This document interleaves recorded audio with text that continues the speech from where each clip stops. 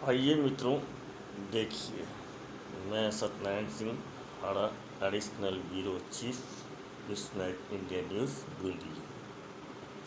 वास्तव में आज फिर मैंने वहाँ स्थिति देखी है। तो वास्तव में बूंदी ज़िले के अंदर कानून नहीं बोलता, न्याय नहीं बोलता, पैसा बोलता है। आइए, ये गुड्डा पंचायत समिति केसराय पाटन, तहसील इंद्रगढ़ का मामला है। इसमें एक गांव पड़ता है रूपपुरा। इस रूपपुरा के अंदर सरकारी भूमि है। पहले तो ये फॉरेस्ट डिपार्टमेंट वालों के पास थी, लेकिन अब आज पता पड़ा कि फॉरेस्ट वालों ने इस ज़मीन को छोड़ दिया गया था। जबकि प्रशासन, गांव का कोई व्यक्ति उसको करने लगता था तो प्रशासन यही बोलता था कि ये फॉरेस्ट डिपार्टमेंट की है और आपको पाबंद कर दिया जाता है, आप इसको बर्खास्त नहीं कर सकते। लेकिन ये पोल खुली है कि जब प्रशासन इसको फॉरेस्ट की बताता था तो क्या जाइए इनको सोने का अंडा दिया है। ये जेटीओ सत्यनारायण मीणा कुछ ज़मीन खरीद कर वहाँ पर उस व्यक्ति ने लगभग 50 बीघा ज़मीन पर कब्जा कर लिया और भी करने जा रहा है, जिससे गांव के पशुपालक, बकरी चराने वाले सभी व्यक्तियों को आने जाने की बड़ी परेशानियों का सामना करना पड़ रहा है। लड़ाई झगड़े में उतारू होते हैं, उल्टे सुल्टे केस चल रहे हैं। क्या मैं जिला कलेक्टर महोदय बूंदी, तहसीलदार इंद्रगढ़ और एसडीएम लाखेरी से ये पूछना चाहता हूँ कि सरकारी भूमि पर सरकारी कर्मचारी को कब्जा करने का राइट है क्या? इतनी ज़्यादा भूमि पर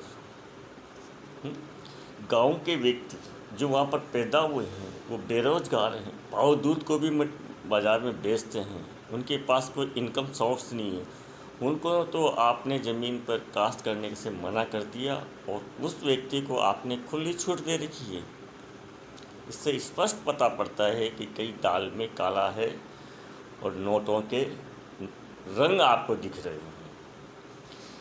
क्यों नहीं जिला कलेक्टर महोदय इसके ऊपर निष्पक्ष कमेटी बनाकर, और ग्रामीणों ने मांग की है कि ये हमारे गांव की भूमि है, हमें गुमराह किया गया था इसको फॉरेस्ट की बताकर, लेकिन आज प्रशासन ने इस व्यक्ति से जेटीयू से कुछ नहीं कहा। इससे सरकार की तरफ से अपने खेत तक गिरवेलर सड़क तक बना ली, रास्ते रोक दिए और अपनी मनमानी और बेढंग से पेश आता है।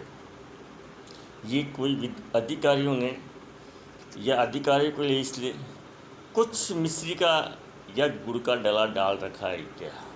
ये बड़ी सोचने वाली बात है। जबकि ये गांव बहुत ही गरीबी रेखाओं से गुजर रहा है। यहाँ के व्यक्ति को अभी ये भी याद नहीं है कि कलेक्टर कहाँ बैठता है, कलेक्टर कौन होता है, एसडीएम कौन होता है, कहाँ जाके कार्रवाई करें। कोई भी छोटा सा कोई भी कर्मचारी जाके बोल देता है कि फॉरेस्ट की ज़मीन है, तुम इस पर मत करना, तो तुम्हें बंद कर दिया जाएगा। कुछ व्यक्तियों ने तो तारीखें भी साधी हैं। लेकिन ये प्रजातंत्र है। अरे भूखे को रोटी दो, ढापे को क्यों रोटी देते हो भाई?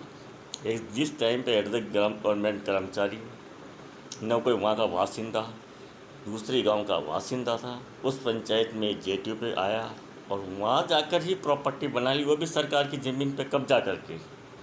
ऐसा कोई राइट पर्टिकुलर उसी गांव के व्यक्ति को यदि वो ज़मीन अलॉटमेंट की जाती है तो वहाँ के व्यक्ति दो रोटी प्रेम से खा सकते हैं, उनकी गरीबी मिट सकती है। ये एक बहुत बड़ा गम है उस गांव के अंदर। बहुत अनभिज्ञ व्यक्ति हैं, बकरे चराते हैं, गायें चराते हैं, पशुपालक हैं, काश्तकार है, शहर से दूर रहते हैं, उनको कोई लेना देना नहीं है। लेकिन ये अधिकारियों ने इन सब की मिलीभगत होने से, उस व्यक्ति को सें देने से, उसके ऊपर हाथ रखने से सरकारी भूमि पर वो पूर्ण रूप से कब्जा कर रहा है। ये आज पता पड़ा है कि ये एरिया सवाई माधोपुर रेंजर विभाग में आता है। बूंदी डीएफओ का इसके ऊपर कोई अधिकार नहीं था, लेकिन सवाई माधोपुर रेंजर श्रीनिवास से जो तलाश किया ये ज़मीन काफ़ी पहले छोड़ दी गई थी, ये सरकारी भूमि है, लेकिन गांव वालों को प्रशासन ने फॉरेस्ट की ज़मीन बताकर उनको काश्त करने से रोका गया, उनके रास्ते बंद हो गए। और इस जयन ने पता ना अटैची पकड़ाई या थैली पकड़ाई या क्या किया, ये वास्तव में है तो कोई मिली भगत। और इस व्यक्ति ने थोड़ी सी ज़मीन खरीद कर अपनी पत्नी के नाम से और काफ़ी ज़मीन पे कब्जा कर लिया है। ये गांव में विवाद का पूर्ण रूप से कांटे बह चुके हैं, गांव में पूर्ण रूप से विवाद होने की संभावना बनी हुई है। अतः मैं आपसे निवेदन करता हूँ कि इसकी निष्पक्ष जांच करके इसके अतिक्रमण को हटवाया जाए और सरकारी भूमि को कब्जे हटाकर और गरीब व्यक्तियों को वितरण किया जाए, तो राज्य सरकार के हित में ही होगा, गरीब को 2 रोटी मिलेगी।